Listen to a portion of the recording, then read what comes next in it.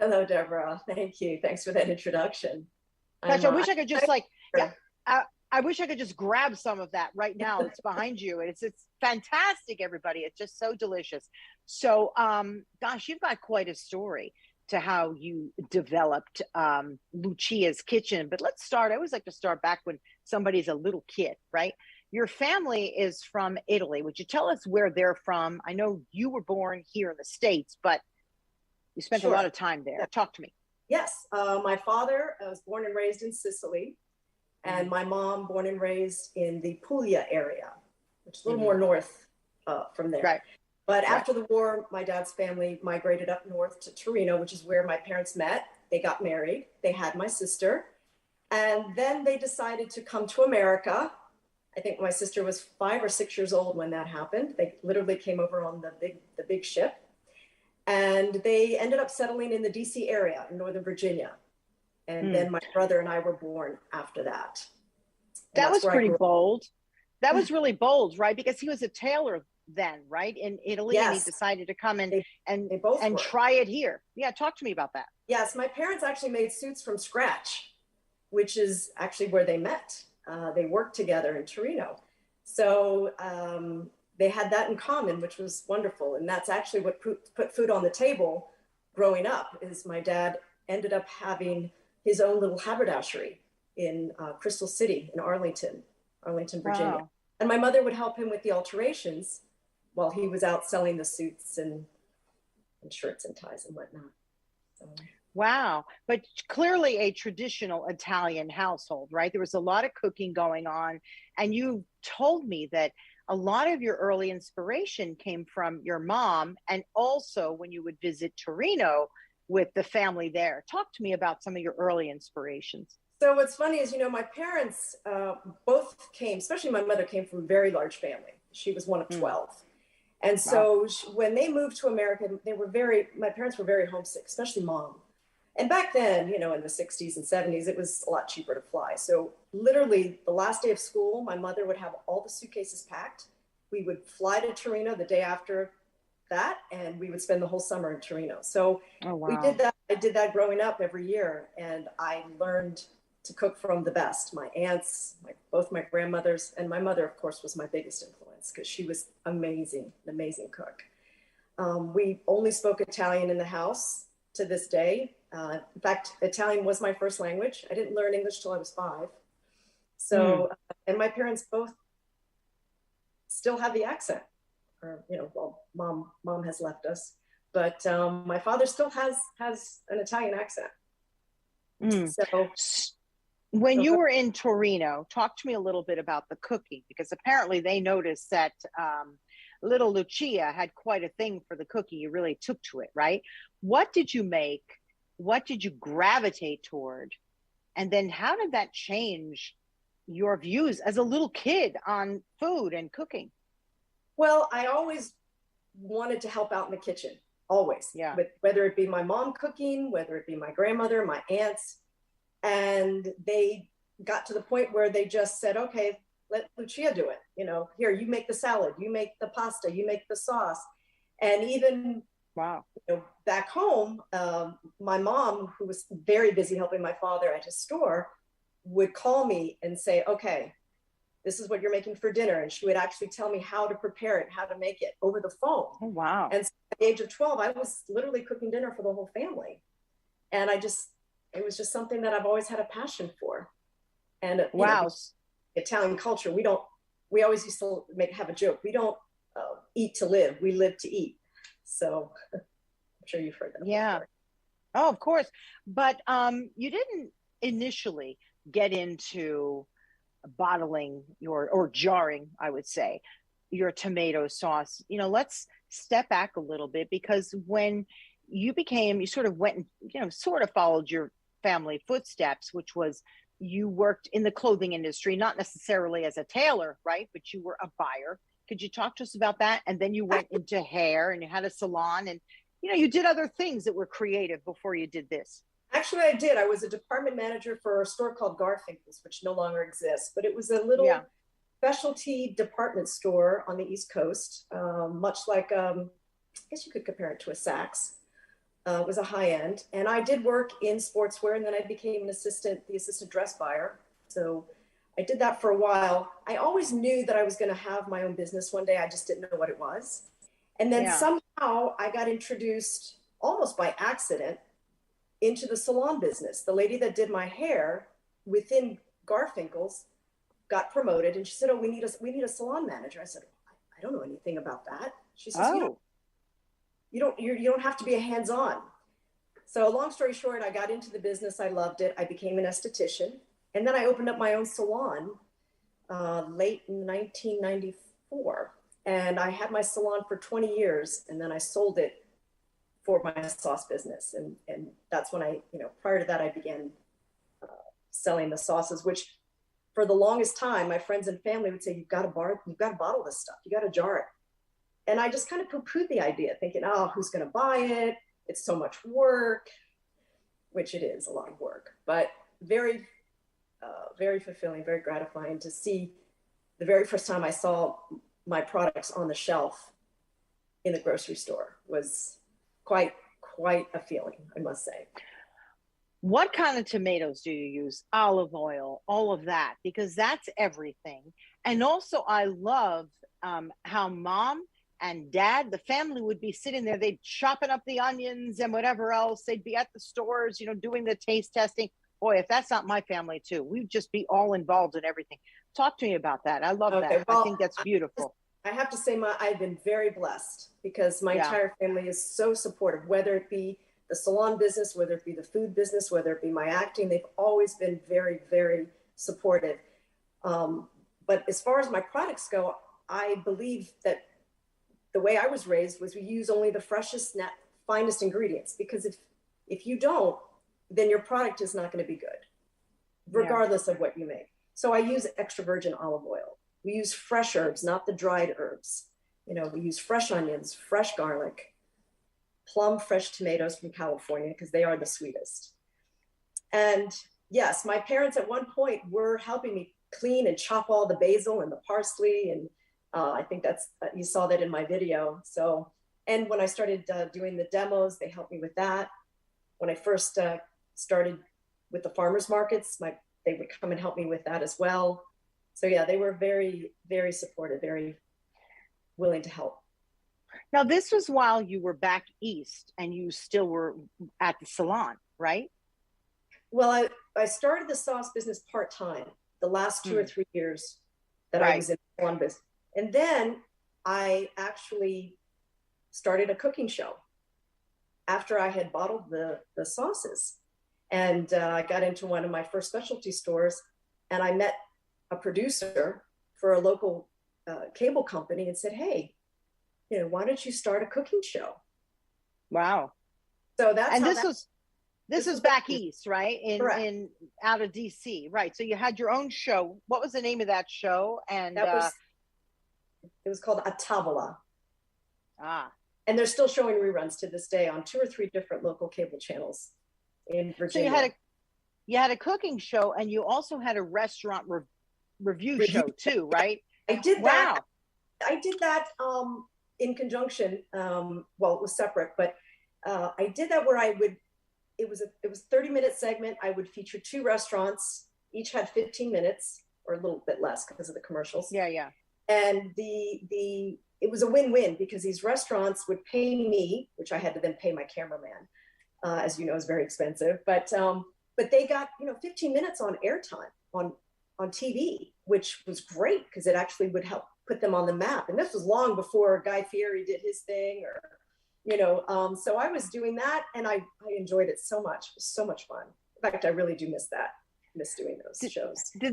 Did that sort of give you the bug to come out here and do acting? Because that's a big chance, right? You just packed up and you came out here. And what did you do when you came out here? Did you continue making your sauce? I mean, how did you do it? I rented a little commercial kitchen in Redondo Beach. I did the farmers markets in Redondo for a while. And then I started getting into little specialty stores throughout Los Angeles. And in the meantime, I'm going on auditions. I've been doing mostly commercials, but actually tomorrow night I shoot my very first short film. So I'm very excited about that. But I've always had a passion for the acting as well. And the cooking show, you're right, was like just that little push because I love to cook and I love to teach. So it was a perfect venue for me. It was a perfect thing.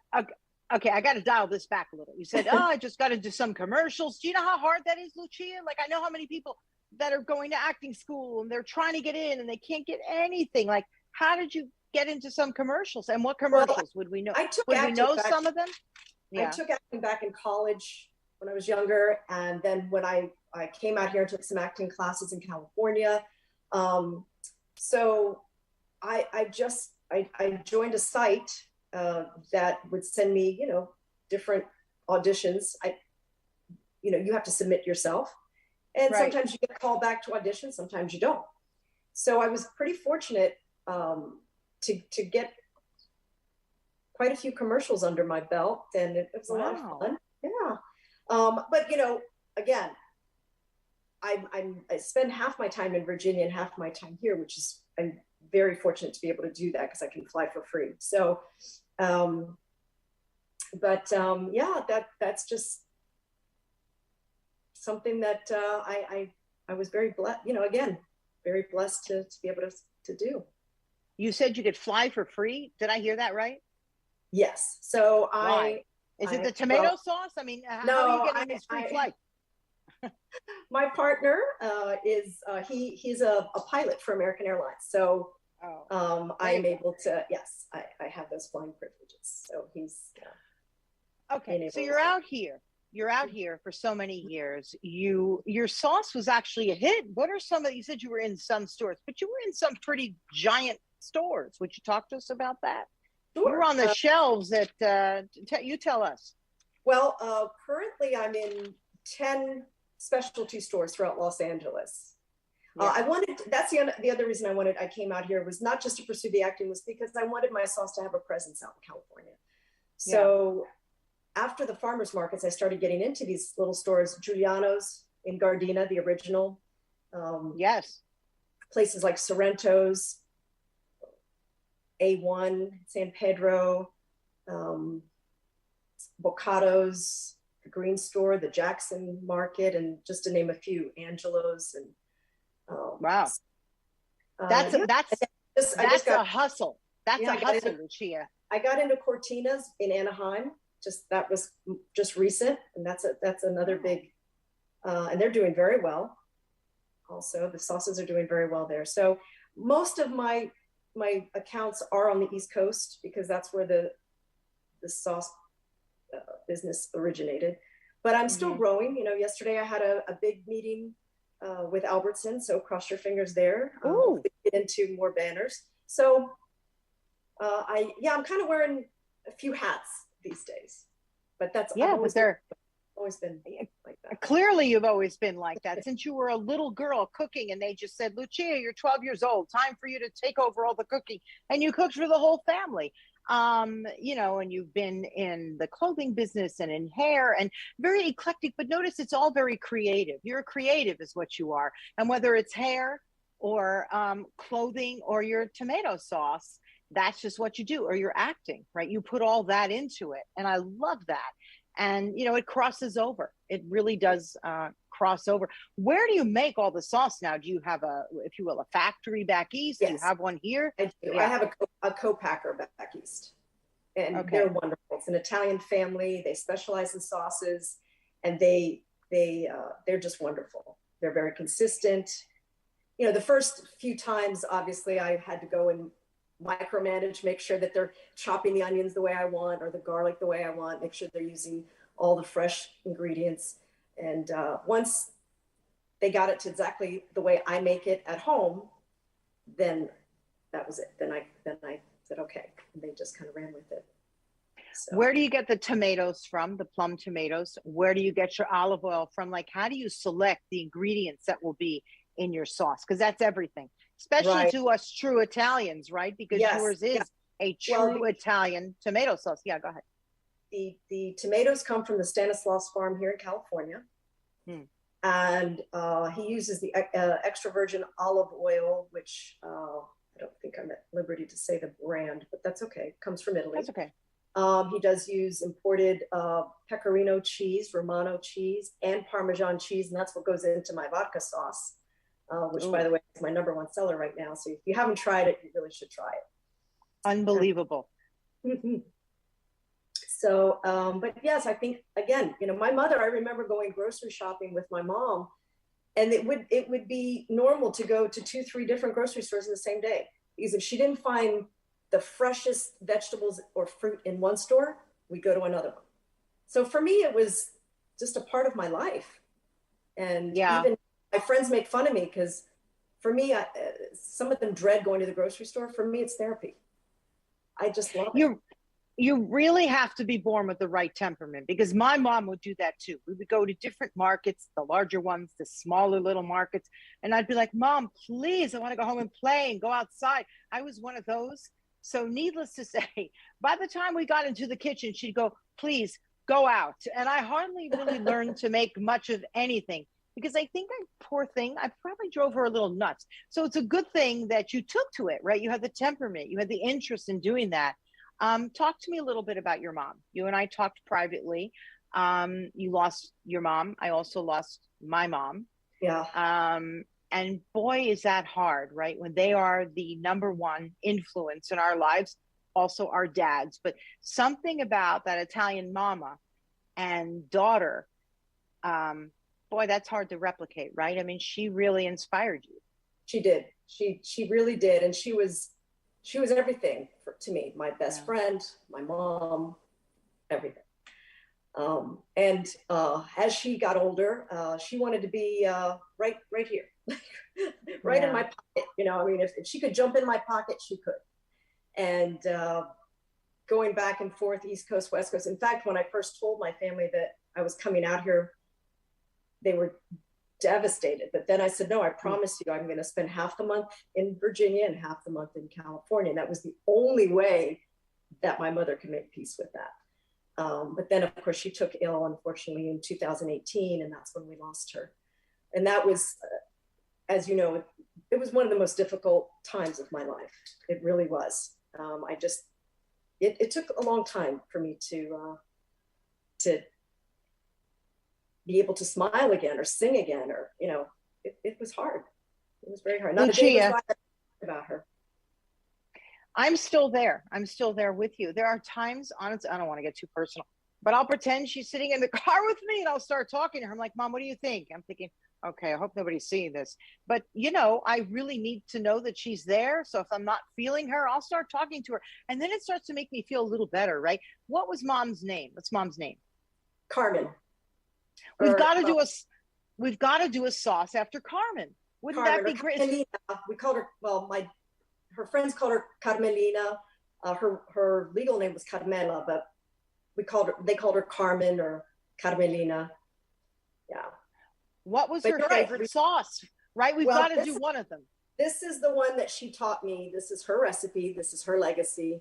Lives on in my jar. This is the mild. So this was the original product that I made, because this is the sauce I've been making since I was 12, 13 years old. Then I came out with a spicy version of it.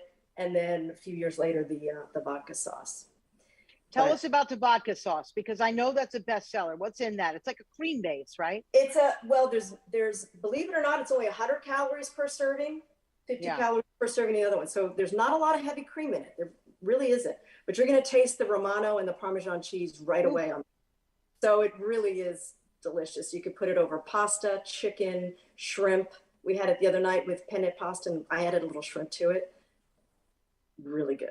Really good. And they freeze beautifully. So if you only, use half the jar, you can freeze the other half and you get 2 dinners. It depends on how many people you're feeding, of course. But one jar is good for a pound of pasta. So it feeds about 4 or 5 people. So. Right. And I know that on your website, right, you've got like all 3 of them that you could buy for a great price, frankly, when I saw that. So I still have to order mine, because my husband really wants that, the vodka one. It's just a terrific taste. And also your mom's, I'm going to call it your mom's blend. My mom's. I think I may have to change the name to that. I think that's a good. Of course it is. And every time you look at it, you're going to remember, or people are going to see the story, put the little story on the back or something, or her picture with her little story there that she inspired that sauce. She'll be with you forever. Every time you ship that off or it's selling on the shelves at the market, there she is. So, Yes, and I yes. love that big smile now. Every time you think about her, that's what you'll think Oh about. yeah. Well, before I couldn't do that. Before I would No, be, and I still yeah, get choked talking about my mom, but no, me there's too. not. I carry her with me everywhere that I go, and she, and I do, and I talk to her sometimes when I'm in the car. I do the same thing, or before a big meeting. I say, Mama, we got this. We got this. And she's right here, part of the interview. I'm honestly, she's That's probably right. watching, going, That's "Nice right. job, Well, you know Lucia." what? Again, it's her inspiration that gave me the inspiration, and so my mom was tough. She was very, very strong. She was. I always used to say she was the rock of the family. Aren't they always, these Italian mamas? Let me ask you about people who want to do something and they're scared to do it, right? But you stepped out and you did it, whether it was the acting, um, Lucia's kitchen, or anything else that you touch. What kind of inspiration can you give our viewers and listeners who are scared to get out there, or who might be sad because they lost someone in their lives who inspired them? What would you say to them? I would say, go after your dream. Go Go after. after, no matter how small, no matter how big. It's never too late. I mean, really, I used to think it was too late. In fact, I had a girlfriend back east say, "You're too old. Forget the acting. You're too old." Well, you know what? Maybe there's a shred of truth to that, but no, I'm going to try. You don't want to get old and say, "Oh, I wished I had done that. I wished I had tried that." Don't, don't have any regrets in life, really.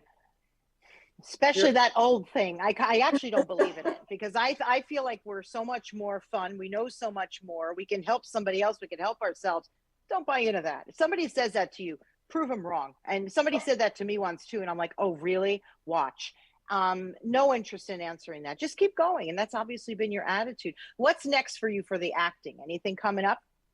well, tomorrow night I shoot my first short film where I play Yeah. actually a pretty big supporting role as the mom. Um, Wow.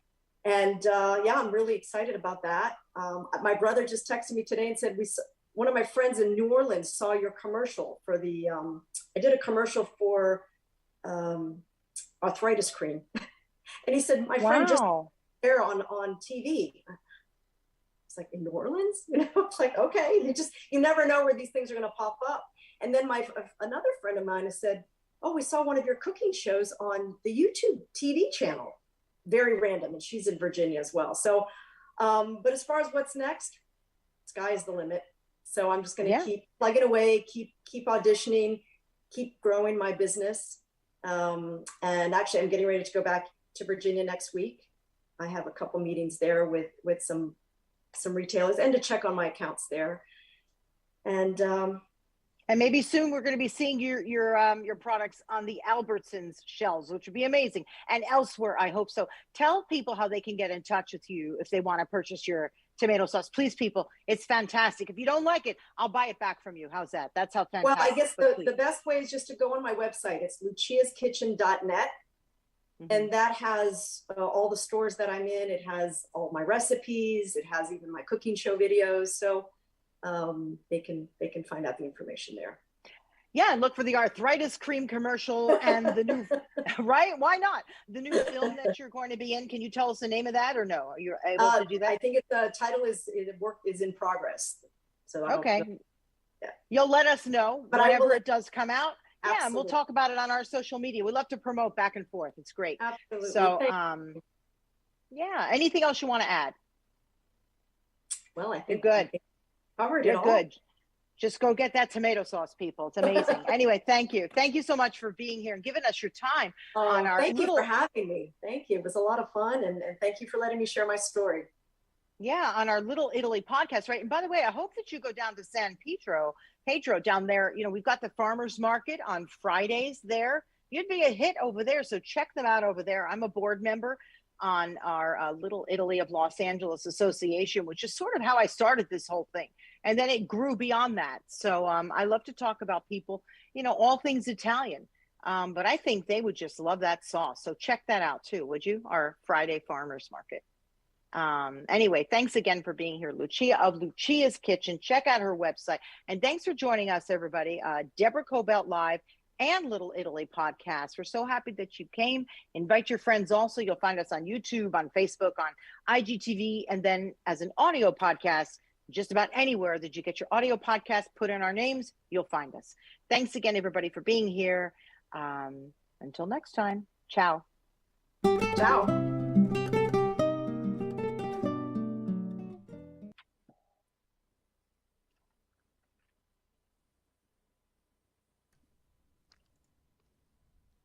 Okay, we are off.